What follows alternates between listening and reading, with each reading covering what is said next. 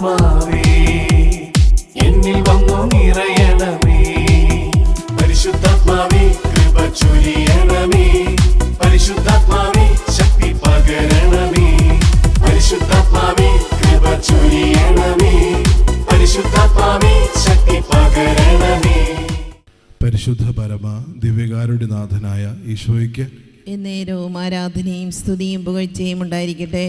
പരിശുദ്ധ പരമ ദിവ്യകാരുടെ നാഥനായ ഈശോയ്ക്ക് എന്നേരവും ആരാധനയും സ്തുതിയും പുകഴ്ചയും ഉണ്ടായിരിക്കട്ടെ. പരിശുദ്ധ പരമ ദിവ്യകാരുടെ നാഥനായ ഈശോയ്ക്ക് എന്നേരവും ആരാധനയും സ്തുതിയും പുകഴ്ചയും ഉണ്ടായിരിക്കട്ടെ.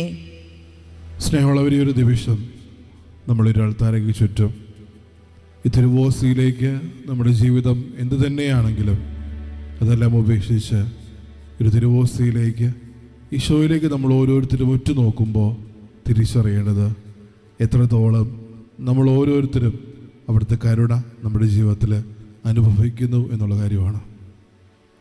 നമ്മൾ ഓരോരുത്തരും നമ്മുടെ ജീവിതം കൊണ്ട് ഒരു കരുണയുടെ പ്രേക്ഷിതരായിട്ട് വളരാൻ, അല്ലെങ്കിൽ ആ ഒരു കരുണയുടെ പ്രേക്ഷിതരായിട്ട് ജീവിതത്തിൽ മാറാൻ നമ്മൾ ഓരോരുത്തരും വിളിക്കപ്പെട്ടവരാണ്. ഇന്ന് ഈശോ എത്രത്തോളം സ്നേഹിക്കുന്നതിൻ്റെ ഏറ്റവും വലിയ തെളിവാണ് നമ്മുടെ ഓരോരുത്തരുടെയും ജീവിതം. കാരണം പലപ്പോഴും ജീവിതം പരിശോധിക്കുമ്പോൾ നമുക്ക് തിരിച്ചറിയാൻ പറ്റുന്നൊരേട് എത്രത്തോളം തകർന്നു പോയിട്ടും, എത്രത്തോളം വേദനയിൽ അമർന്നിട്ടും, എത്രത്തോളം സങ്കടത്തെ ദിനരാത്രികൾ നമ്മൾ ഓരോരുത്തരും ചെലവഴിച്ചിട്ടും ഈ സ്നേഹം അന്നും ഇന്നും നമ്മൾ തേടിയെത്തുന്നുണ്ട്. അല്ലെങ്കിൽ ഈ ഒരു കരുണ നമ്മുടെ ജീവിതത്തിലേക്ക് ഓരോ നിമിഷവും ചൊരിയപ്പെടുന്നുണ്ട്. സ്നേഹമുള്ളവരെ, തിരിച്ചറിയാം എത്രത്തോളം അവിടുന്ന് എൻ്റെ ജീവിതത്തിലേക്ക്, നമ്മുടെ ഓരോ ജീവിത സാഹചര്യങ്ങളിലേക്കും അവിടുത്തെ അനന്തമായ കരുണ വർഷിക്കുന്നുണ്ടെന്നുള്ള കാര്യം.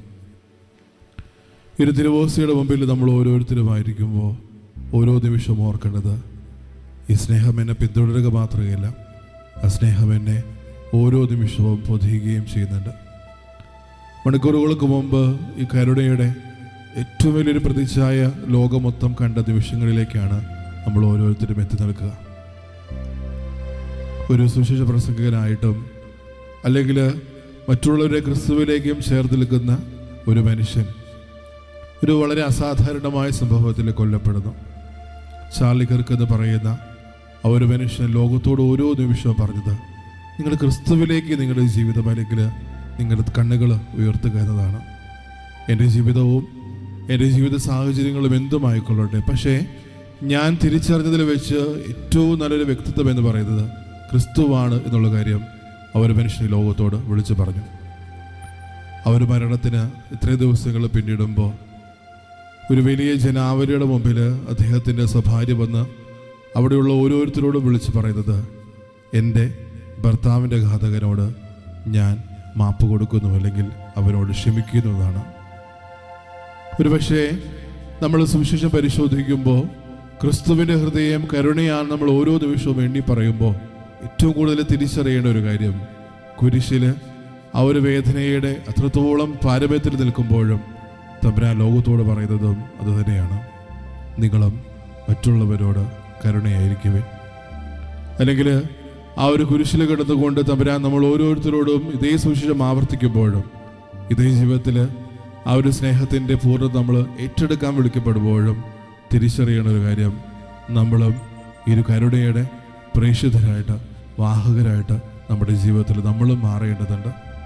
സ്നേഹമുള്ളവരെ, ആ ഒരു സുവിശേഷ പ്രഘോഷകന്റെ ജീവിതത്തിലൂടെ ഓരോ നിമിഷവും ക്രിസ്തുവിലേക്ക് ഓരോ മനുഷ്യരെയും തൻ്റെ ജീവിതത്തിലേക്ക് ചേർത്ത് പിടിച്ചപ്പോഴും ഇന്ന് ആ ഒരു ജനാവലിയുടെ മുമ്പിൽ ക്രിസ്തുവിനെ അത്രത്തോളം ലോകത്തിലേക്ക് ഒരിക്കൽ കൂടി അവർ അദ്ദേഹത്തിൻ്റെ ഭാര്യ പരിചയപ്പെടുത്തുകയാണ്, ഞാൻ ആ ഒരു മനുഷ്യനോട് ക്ഷമിക്കുന്നു.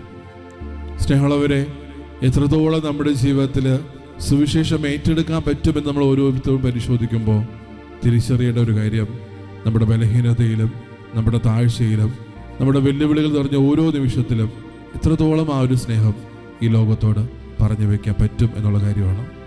കാരണം സുവിശേഷ വാക്യങ്ങളിൽ വളരെ ഭംഗിയായിട്ട് പറയുന്നുണ്ട്, കരുണയുള്ളവരിക്കുന്നവർ നിങ്ങൾ ഓരോരുത്തരും ഭാഗ്യവാന്മാർ, കാരണം നിങ്ങൾക്ക് കരുണ ലഭിക്കും.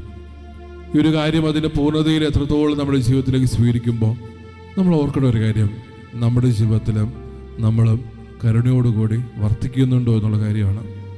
പലപ്പോഴും നമ്മളത് ചെയ്യാമെന്ന് പറയുമ്പോഴും പ്രഘോഷിക്കപ്പെടുമ്പോഴും നമ്മുടെ ജീവിതത്തിലൂടെ അത് മറ്റുള്ളവർ കൊടുക്കാമെന്ന് പലപ്പോഴും പലപ്പോഴും നമ്മുടെ ഒരു ജീവിത സാഹചര്യം എത്തുമ്പോൾ നമുക്കതിന് പറ്റാറില്ല, അല്ലെങ്കിൽ അതിൻ്റെ പൂർണ്ണതയിൽ പലപ്പോഴും നമുക്ക് അത് ചെയ്തു കൊടുക്കാൻ പറ്റാറില്ല. സുവിശേഷം പലപ്പോഴും വളരെ ഭംഗിയായിട്ട് ആലേഖനം ചെയ്യുന്നത് സുവിശേഷത്തിലൊരു ഹൃദയ തുടിപ്പുണ്ടെങ്കിൽ അത് കരുണയാണ്. ഫ്രാൻസിസ് മാർപ്പാപ്പ ഈ ലോകത്തിലുള്ള ഓരോ വ്യക്തികളോടും ആവർത്തിച്ച് പറഞ്ഞത്, നിന്റെ ദൈവത്തിനൊരു പേരുണ്ടെങ്കിൽ, നിന്റെ ദൈവത്തിനൊരു മുഖമുണ്ടെങ്കിൽ അത് കരുണ തന്നെയാണ്. സ്നേഹമുള്ളവരെ, ഒരു ക്രിസ്തുവിൻ്റെ അനുയായി എന്ന ജീവിതത്തിലും ലോകത്തിലും നമ്മൾ ഏറ്റുപറയുമ്പോഴും വിളിച്ചു പറയുമ്പോഴും തിരിച്ചറിയേണ്ട ഒരു കാര്യം, നമ്മളും അതേ മുഖഭാവത്തോടു കൂടിയാണോ ഈ ലോകത്തിനായിരിക്കുന്നത് എന്നുള്ളതാണ്. കാരണം ആ ഒരു സുവിശേഷ പ്രഘോഷണ ജീവിതത്തിൽ ആ ഒരു ജീവിതത്തിന് അപ്പുറത്തോട്ട് ഇന്ന് തൻ്റെ ഭാര്യ ഈ ലോകത്തോട് അവർ കരുണയോടുകൂടി ഒരിക്കൽ കൂടി പ്രഘോഷിക്കുന്നുണ്ടെങ്കിൽ നമ്മൾ തിരിച്ചറിയേണ്ട ഒരു കാര്യം, അവർ ഏറ്റവും ഭംഗിയായിട്ട് ഈ സുവിശേഷം ജീവിച്ചു. സ്നേഹമുള്ളവരെ, നമ്മുടെ ജീവിതത്തിൽ തിരിച്ചറിയേണ്ട ഒരു കാര്യം, ഇത്രത്തോളം നമ്മൾ ഓരോരുത്തരോടും കരുണ വർഷിക്കപ്പെട്ട ഒരു ദൈവത്തെ പിന്തുടരുമ്പോൾ നമ്മുടെ ജീവിതത്തിൽ എത്രത്തോളം ഈ ഒരു കരുണയ്ക്ക് നമ്മൾ വില കൊടുക്കുന്നുണ്ട്, അല്ലെങ്കിൽ നമ്മൾ തേടി വരുന്ന ഓരോ വ്യക്തികൾക്കും ഈ ഒരു കരുണയോടുകൂടി വർത്തിക്കാൻ നമ്മുടെ ജീവിതം കൊണ്ട് നമുക്ക് പറ്റുന്നുണ്ടോ എന്നുള്ള കാര്യം നമ്മൾ ഓരോ നിമിഷവും ഓർക്കണം. കാരണം വിശുദ്ധ ഗ്രന്ഥം പരിശോധിക്കുമ്പോൾ ദൈവം എത്രത്തോളം കാരുണ്യമുള്ളവനാണോ അത്രത്തോളം അവൻ്റെ ജീവിതത്തിൽ ആ ഒരു സ്നേഹം കൊണ്ട് ഓരോ മനുഷ്യരും അവൻ തൻ്റെ ജീവിതത്തിലേക്ക് ചേർത്ത് പിടിക്കുന്നുണ്ട്. ഇന്ന് ഈ തിരുവരുളിക്കയുടെ മുമ്പിൽ നമ്മൾ ഓരോരുത്തരും ഈ ലോകത്തിലുള്ള ഓരോ വ്യക്തികളെയും ജീവിതത്തിലേക്ക് കരുണ വർഷിക്കപ്പെടാൻ വേണ്ടി നമ്മൾ പ്രാർത്ഥിക്കുമ്പോൾ തിരിച്ചറിയേണ്ട ഒരു കാര്യം, എത്രത്തോളം ഈ സ്നേഹം, ഈ കരുണ എൻ്റെ ജീവിതത്തിൽ എനിക്ക് ലഭിച്ചു എന്നതാണ്. പലപ്പോഴും ഒരു കൃതജ്ഞതയോടുകൂടി ദൈവസന്നിധിയിൽ പോലും ആകാതെ പലപ്പോഴും നമ്മൾ പിരിയുന്ന നിമിഷങ്ങൾ നമ്മുടെ ജീവിതത്തിൽ ആവർത്തിക്കുന്നുണ്ട്. അവിടെയെല്ലാം നമ്മൾ തിരിച്ചറിയേണ്ടത്, എനിക്ക് ഒരു ദൈവാനുഭവം കിട്ടുന്നുണ്ടോ ഇല്ലയോ എന്നുള്ള കാര്യമാണ്.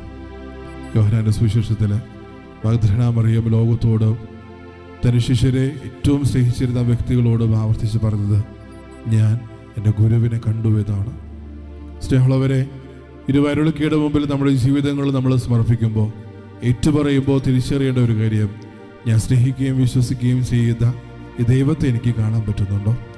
ആ ഒരു മുഖഭാവം എൻ്റെ ജീവിതത്തിൽ മാത്രമല്ല, ഞാനുമായിട്ട് ബന്ധപ്പെട്ടെടുക്കുന്ന ഓരോ വ്യക്തികൾക്കും എനിക്കൊരു അനുഭവം എന്നോണം എൻ്റെ ജീവിതത്തിലൂടെ എനിക്ക് പകരാൻ പറ്റുന്നുണ്ടോ എന്നുള്ള കാര്യം നമ്മൾ ഓരോരുത്തരും തിരിച്ചറിയണം. അത്രത്തോളം നമ്മൾ ഓരോരുത്തരും സ്നേഹിക്കുന്നുണ്ട്, അത്രത്തോളം ഈ ഒരു സ്നേഹം നമ്മൾ ഓരോരുത്തരെയും തേടി വരുന്നുണ്ട്. പക്ഷേ നമ്മുടെ ജീവിതം കൊണ്ട് ഈ ഒരു സ്നേഹത്തിന് നമുക്ക് പ്രത്യുത്തരം നൽകാൻ പറ്റുന്നുണ്ടോ എന്നുള്ള കാര്യം നമ്മൾ ഓരോ നിമിഷവും ചോദിക്കണം.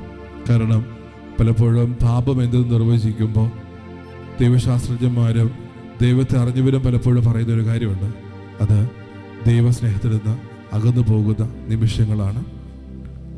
ഓരോ പ്രാവശ്യവും അകന്നു പോകുന്നതിനിടയിൽ തമ്പുരാൻ നമ്മളെ ക്ഷണിക്കുന്നുണ്ട് ആ സ്നേഹത്തിലേക്ക് തിരികെ വരാൻ.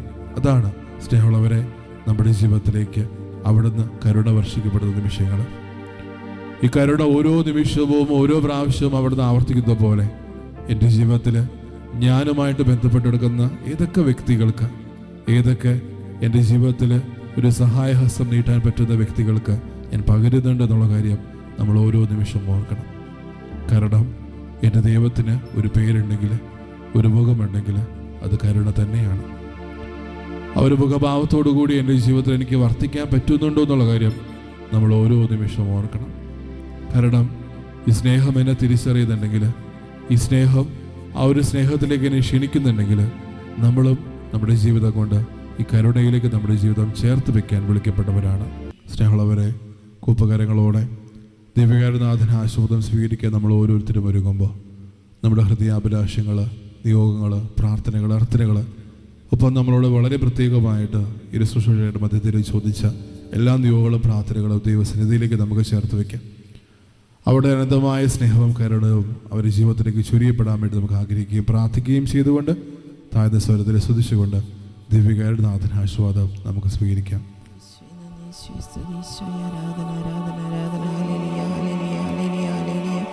നന്ദി ദേവി, സ്തുതിക്കുന്നു, ആരാധിക്കുന്നു, മഹത്വപ്പെടുത്തുന്നു. ഹല്ലേലൂയ, ഹല്ലേലൂയ, ഹല്ലേലൂയ. ഈശോയെ ആരാധന.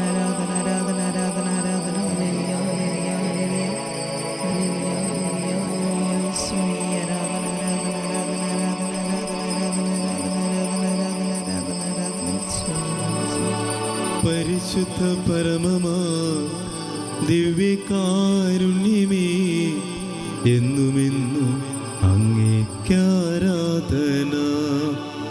പരിശുദ്ധ പരമമാ ദിവ്യകാരുണ്യമേ, എന്നുമെന്നും അങ്ങേക്കാരാധന. പരിശുദ്ധ പരമമാ ദിവ്യകാരുണ്യമേ, എന്നുമെന്നും അങ്ങേക്കാരാധന.